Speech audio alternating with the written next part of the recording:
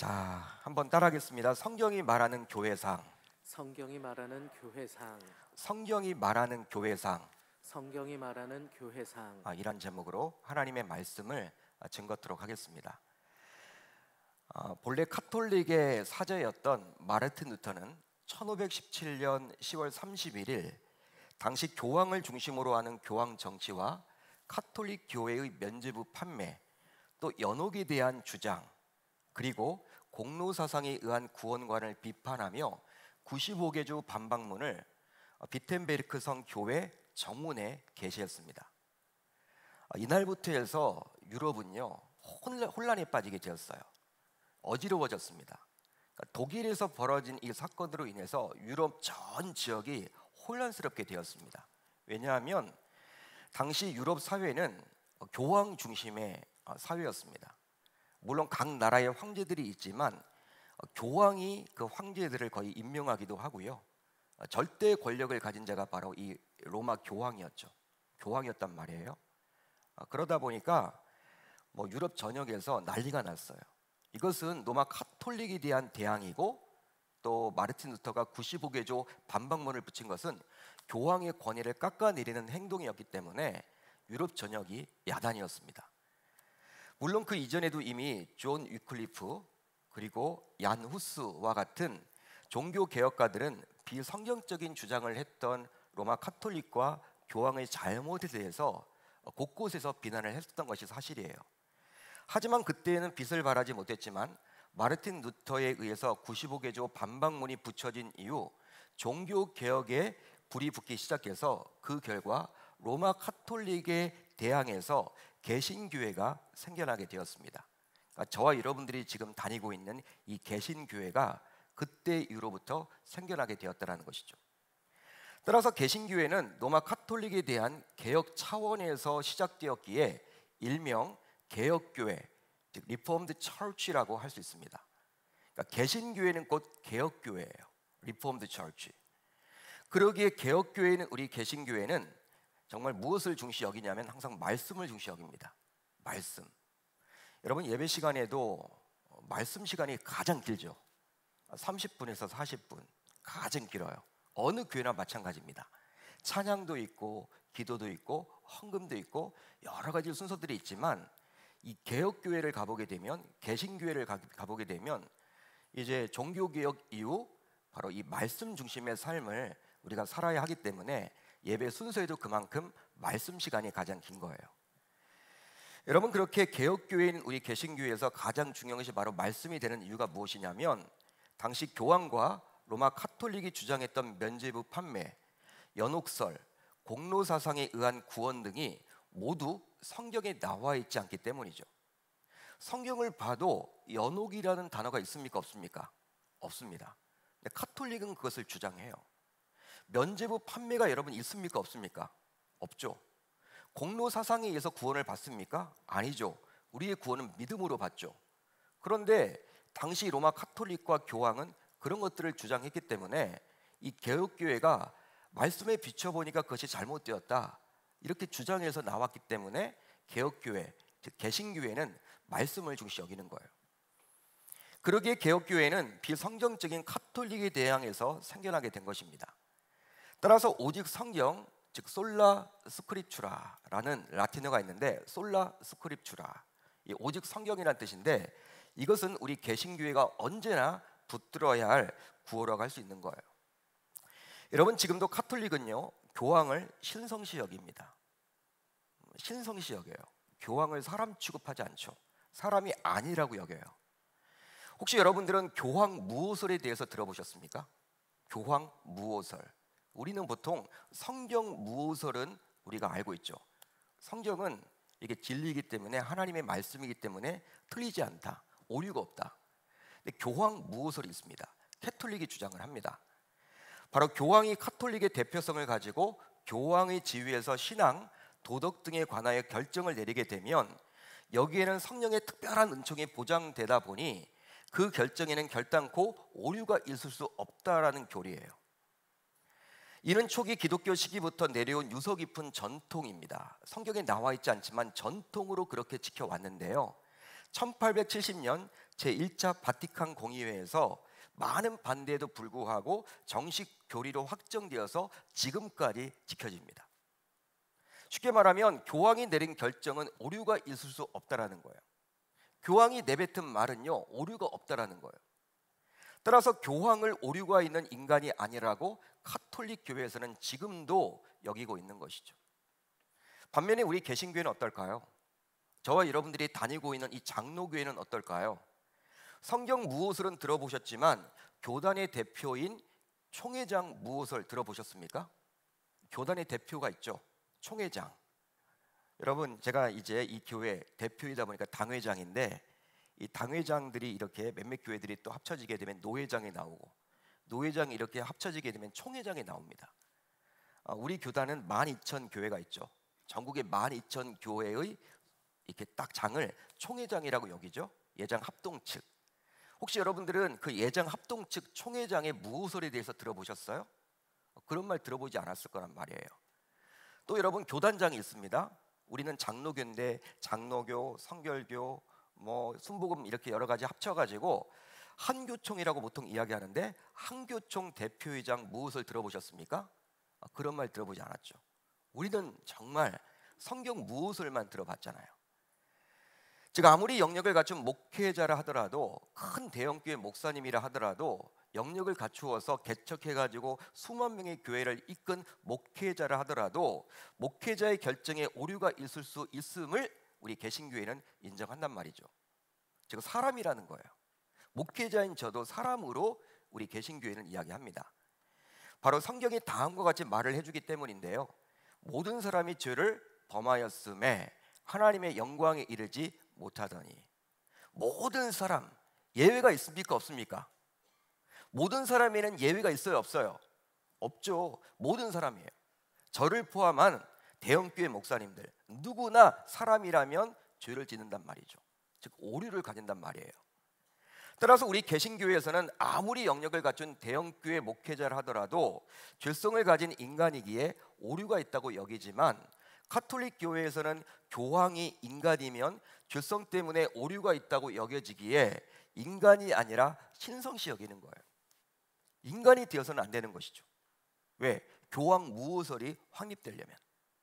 그러니까 교리를 여러분 딱 정해놓고 거기다 갖다 맞추는 거예요. 한마디로. 여러분, 오늘 본문은 카톨릭 교회에서 교황 무호설을 신봉하는데 자주 인용하는 말씀이라고 볼 수 있습니다. 카톨릭 교회에서는 이 말씀을 아주 중시 여기는 말씀이에요. 바로 카톨릭의 입장에서는 오늘 본문이 교황이 왜 교회에 있어서 중요한지를 설명하는 말씀이라고 여기기 때문에 이 말씀을 교황 제도를 확립하는데 딱 드러내놓는 이 말씀이라고 이렇게 신봉을 하죠. 자, 오늘 말씀 18절로 19절을 볼까요? 우리 한번 같이 읽어봅니다. 18절로 19절 시작. 또 내가 내게 이르노니 너는 베드로라. 내가 이 반석 위에 내 교회를 세우리니 음부의 권세가 이기지 못하리라.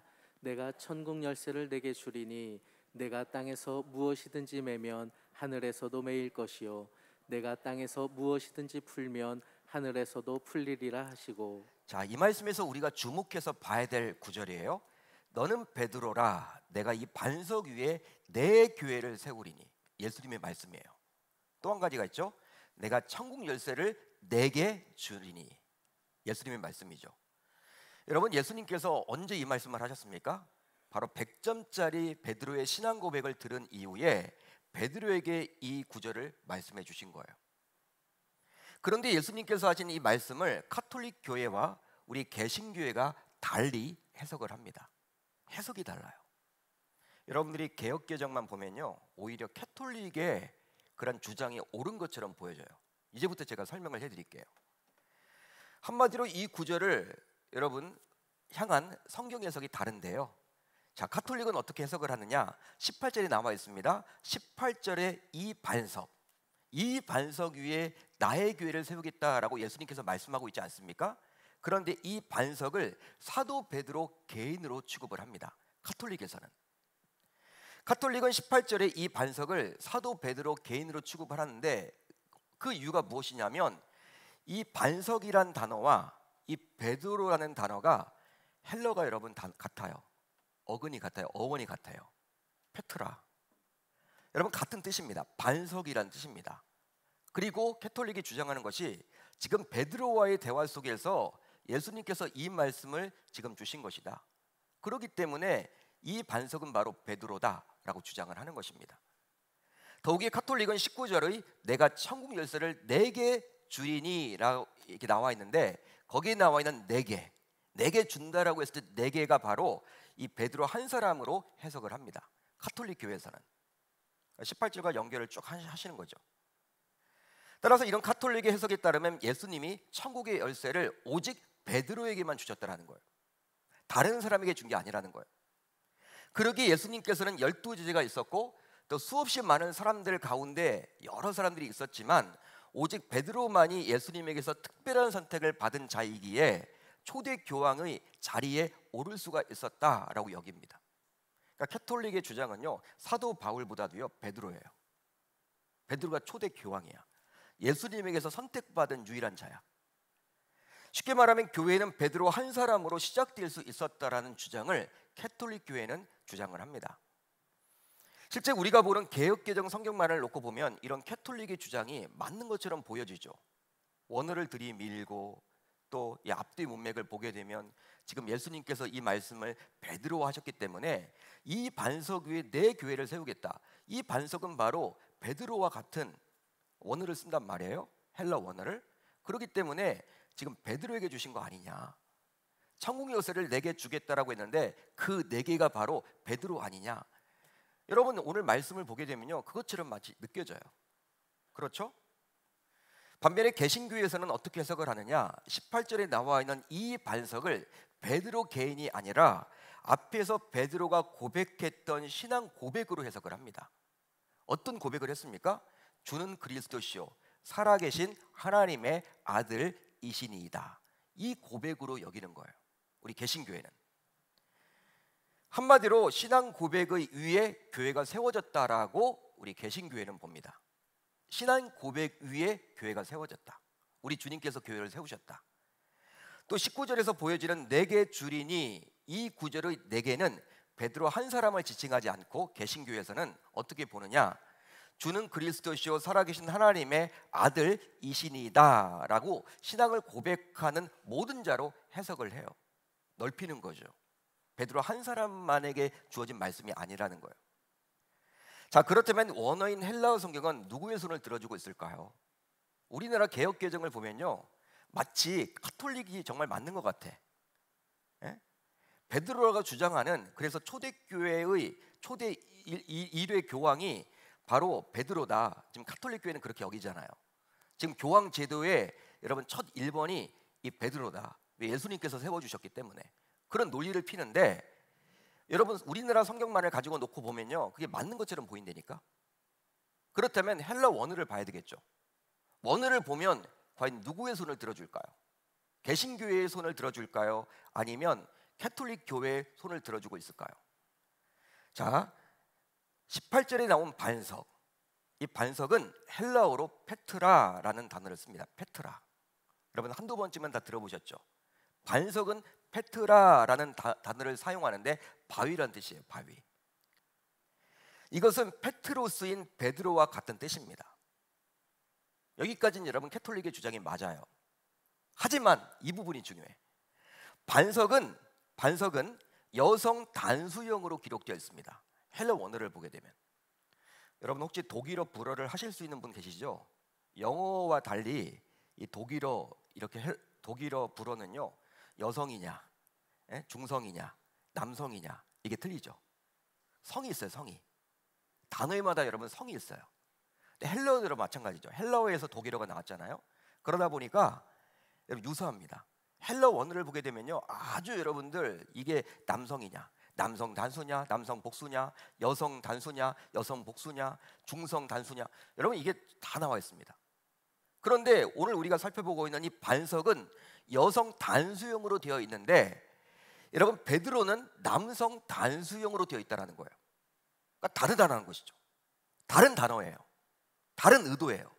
다른 의도로 하나님이 그렇게 써주신 거예요. 뜻은 같지만 다른 단어라니까 의도가 달라요. 여러분 더욱이 이 반석에서 이에 해당하는 지시대명사인 타우테 역시 여성 단수형을 씁니다. 따라서 이는 예수님의 제자인 베드로가 아닌 바위를 뜻하는 페트라를 가리키고 있는 거예요. 그냥 바위를 말하는 거예요. 바위. 가톨릭 교회에서는 그 바위와 바위를 뜻하는 그 반석과 베드로가 같은 뜻이기 때문에, 같은 헬라어 단어를 사용하기 때문에 그냥 그 반석이 바로 베드로다 그렇게 취급을 하는데, 오늘을 딱 보면 이 단수긴 단수인데 이쪽은 여성을 사용하고 있고 이 베드로는 남성을 사용하고 있다는 거예요. 그렇기 때문에 이 반석을 베드로라고 여길 수는 없는 것이죠. 단순히 무엇입니까? 반석이에요. 반석. 그냥 반석을 말하는 거예요. 바위라는 뜻을 가지고 있는 그것을 이야기하는 것입니다. 여러분, 이런 단어의 사용으로 볼 때 본문은 예수님께서 자신의 제자인 베드로 위에 자신의 피로 사신 교회를 세웠다라는 의미가 아님을 분명히 알 수 있는 거예요. 그러니까 우리 개신교에서는요, 베드로를 사도로 여기지 교황으로 여기지 않습니다. 일대 교황으로 여겨서는 안 된다는 거예요. 사도죠. 12제자 가운데 동일한 제자 가운데 한 사람일 뿐이에요. 오히려 이는 보다 강한 인성을 심어주기 위한 수사학적인 표현으로 볼 수 있는데요, 본래 베드로의 이름은 베드로가 아니었습니다. 어떤 이름이었죠? 게바였어요. 게바였는데 예수님께서 친히 베드로라고 이름을 지어주셨어요. 어느 날 갑자기. 그러다 보니 이 이름과 동일한 뜻을 가진 페트라, 즉 반석이란 단어를 사용하여 베드로는 아니지만 베드로와 아주 깊은 관계의 그 무엇으로 교회의 기초를 삼겠다라는 점을 부각시켜주고 있는 거예요.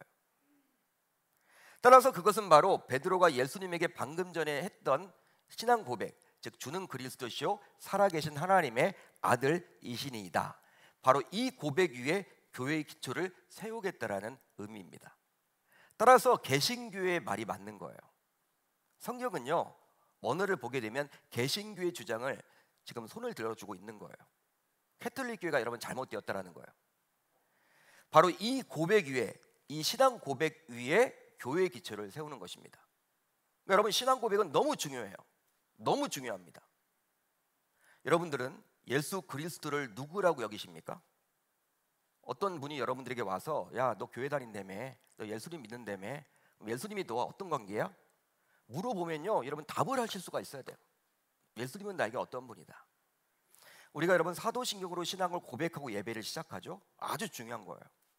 신앙 고백은 너무 중요한 것입니다. 왜? 교회의 기초이기 때문에. 그 신앙 고백 위에 교회가 세워지는 것이기 때문에. 여러분들이 이제 그리스도를 믿는 자들의 모임이 바로 교회 아닙니까? 교회는요, 이런 건물이 아니에요. 여러분, 이 건물은 바로 예배당이죠. 교회당이죠.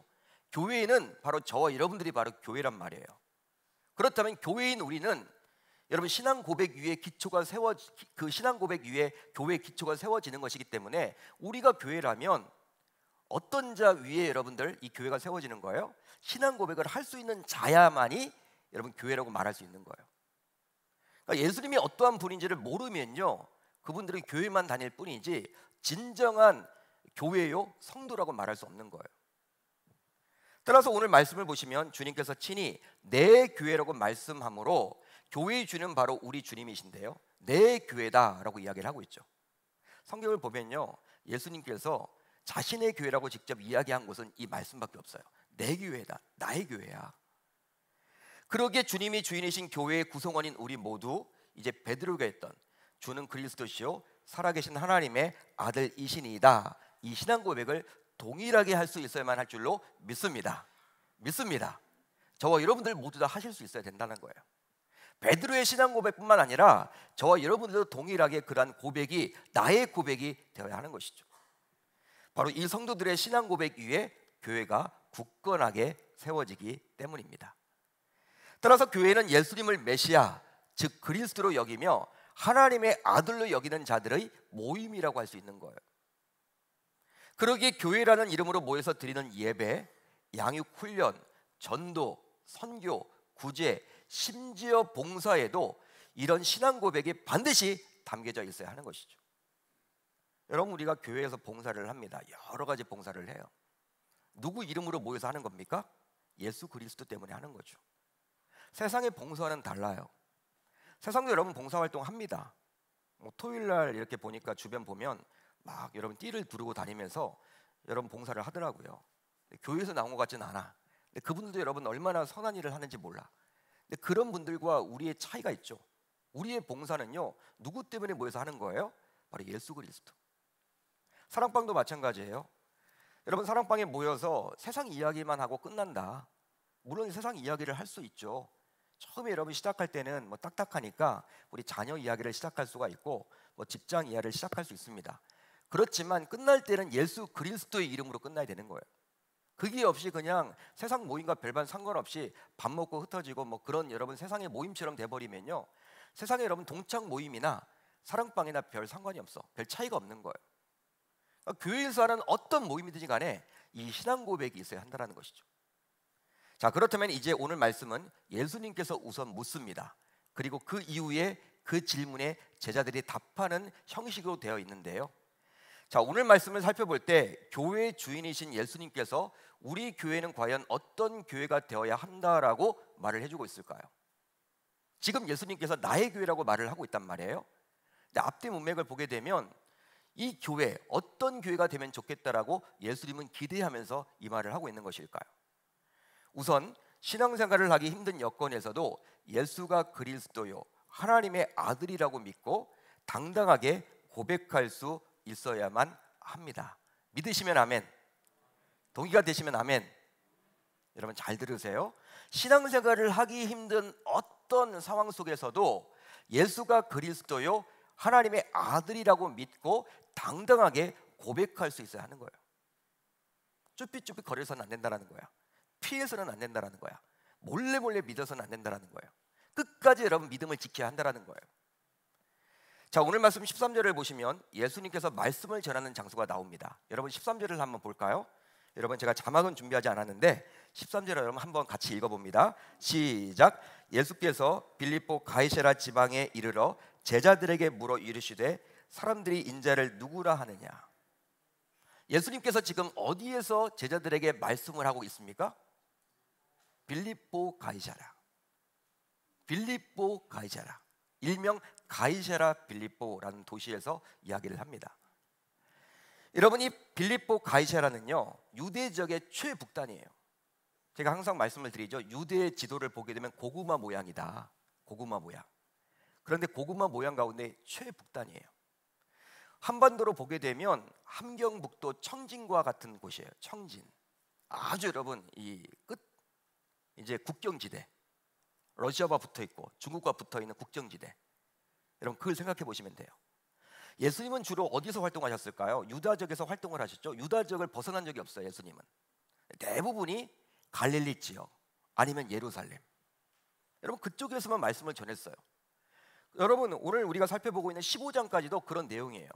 다 갈릴리 지역 아니면 예루살렘에서 말씀을 전하다가 왜 뜬금없이 예수님께서 최북단까지 가서 망명을 하려는 것도 아니고 왜 그렇게 국경지대까지 올라가 가지고 그 도시에서 제자들에게 말씀을 해주고 있을까?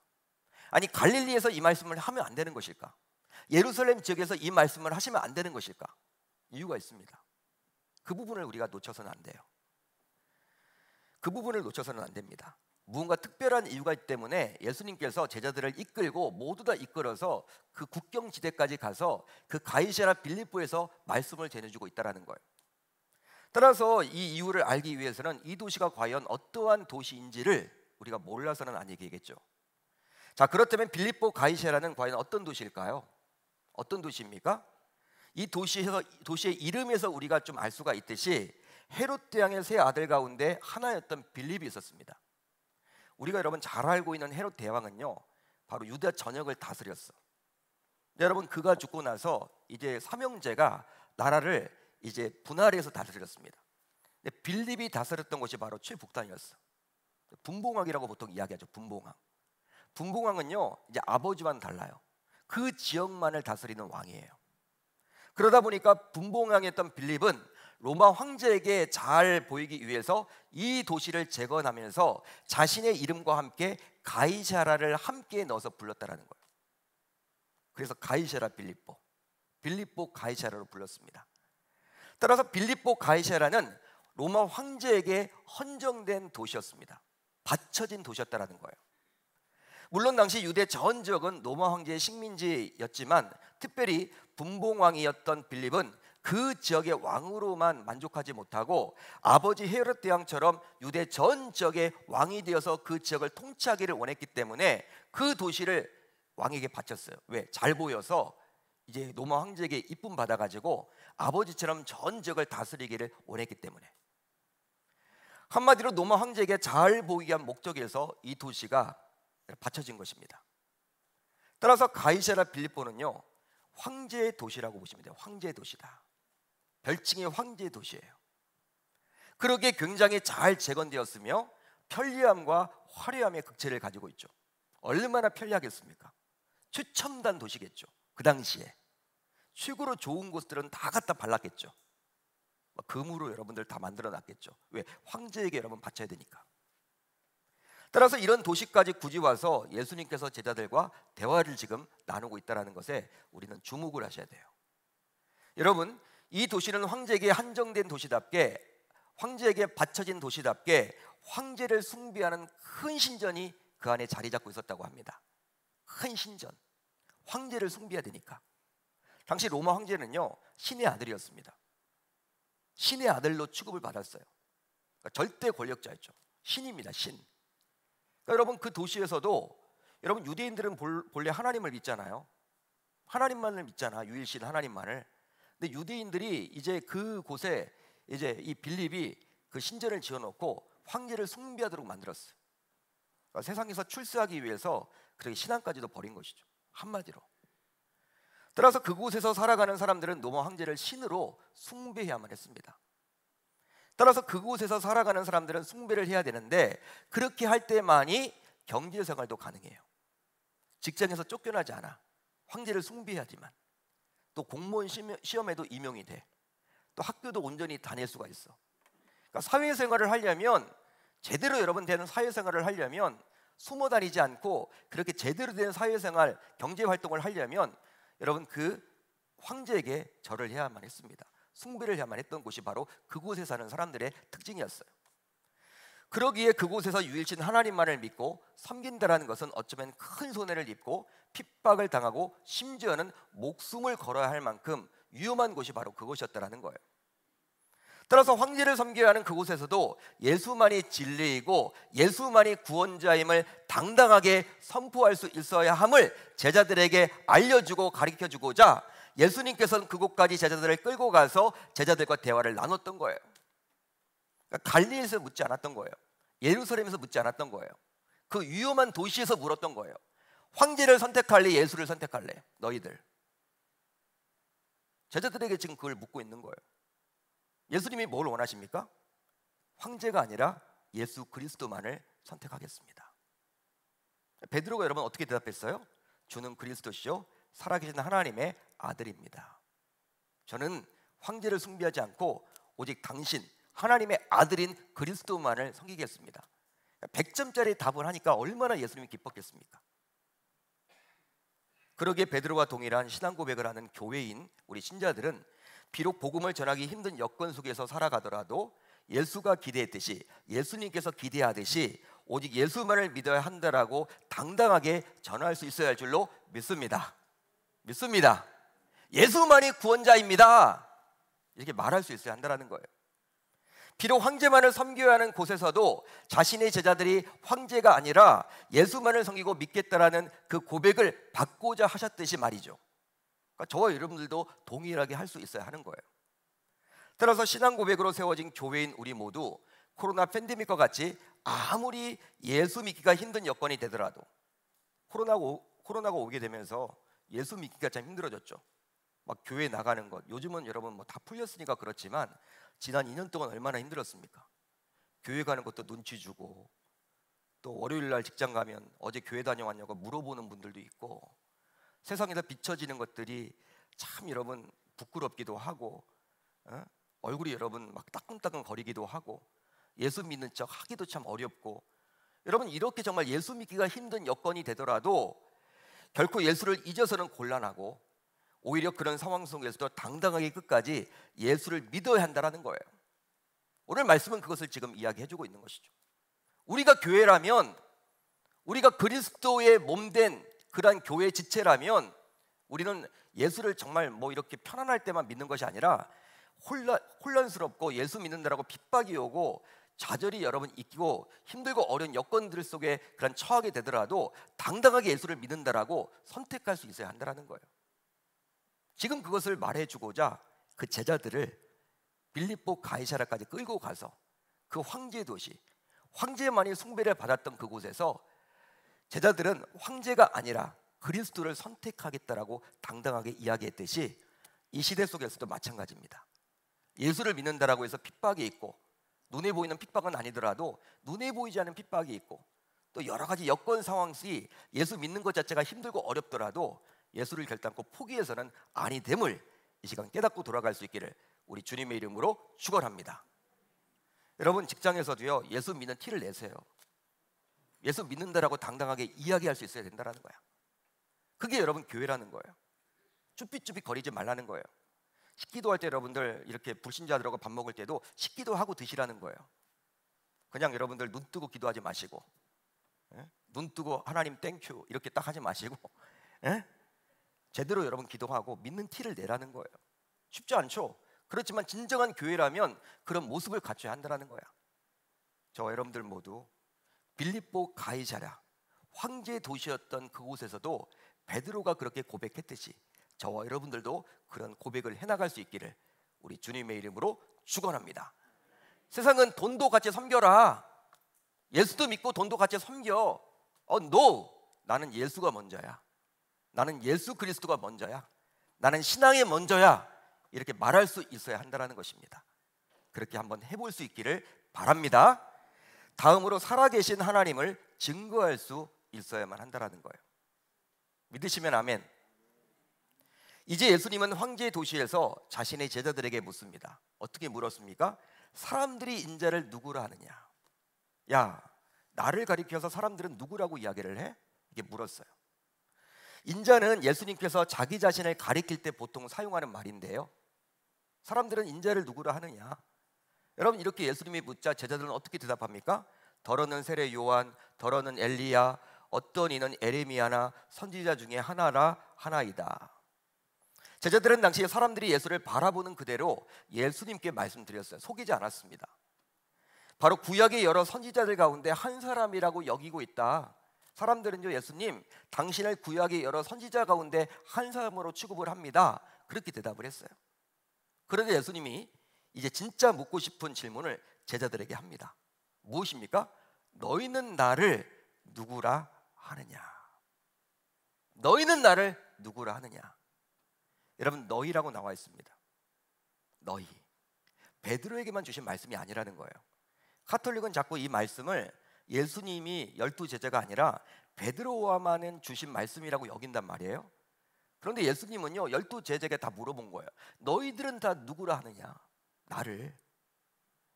이 질문의 수제자였던 베드로는 주는 그리스도시요 살아계신 하나님의 아들이시니이다. 이렇게 고백을 합니다. 100점짜리 고백이죠. 살아계신 하나님의 아들이다. 살아계신 하나님의 아들이다. 여러분, 수지자인 베드로가 그 대표성을 가지고 이야기했지만 이 고백은요, 당시 베드로만의 고백이 아니라 그 12제자의 고백이었어요. 그리고 대표해서 베드로가 말한 것뿐이야. 캐톨릭은 베드로만이 말했다고 하지만 너희들이라고 여러분 지금 예수님께서 지금 복수로 묻고 있잖아요. 원어를 봐도. 여러분, 이 베드로의 답변 가운데 눈에 띄는 단어 살아계신. 베드로는요 이렇게 대답하지 않습니다. 주는 그리스도시요 하나님의 아들입니다. 그 말도 맞죠. 그렇지만 살아계신을 붙여서 살아계신. 여기에 여러분 주목을 해보세요. 살아계시다. 반면에 당시 사람들은 어떻습니까? 예수를 가리켜서 구약의 선지자들 가운데 한 사람이라고 말을 하므로 이미 과거에 죽은 자 정도로 취급을 했다라는 거예요. 예수를 가리켜서 이미 죽은 자 가운데 한 사람 정도로 취급을 했습니다. 한마디로 사람들은 예수를 과거의 인물 정도로 여기사 과거의 한계에서 벗어나질 못하고 있어요. 그러니까 과거의 인물로 취급해 버렸어요. 하지만 베드로의 신앙 고백만큼은 세상 사람들과는 분명히 다르기 때문에 100점짜리라는 거예요. 즉 예수님을 죽은이 아니라 바로 지금도 살아서 역사하시는 하나님으로 고백했습니다. 할렐루야, 할렐루야. 2022년도 지금 역사하시는 하나님, 그 살아계시는 그 하나님으로 고백할 수 있어야 하는 거예요. 따라서 베드로와 동일한 신앙 고백을 하는 신자인 우리 모두 교회로서 항상 지금도 살아계신 하나님을 증거하는 신자가 되어야 하는 것이죠. 즉 성경이 과거에 기록되었기에 이스라엘의 역사 정도로 취급해 버리는 것이 아니라 현재를 살아가는 우리에게 지금도 꼭 필요한 하나님의 말씀임을 우리는 반드시 기억해야만 하는 거예요. 요셉에 관련된 이야기가 나온다. 요셉의 이야기가 아니에요, 여러분. 요셉의 이야기로 맞춰지면 안 돼요. 이 시대를 살아가고 있는 저와 여러분들에게 주시는 말씀이라는 거예요.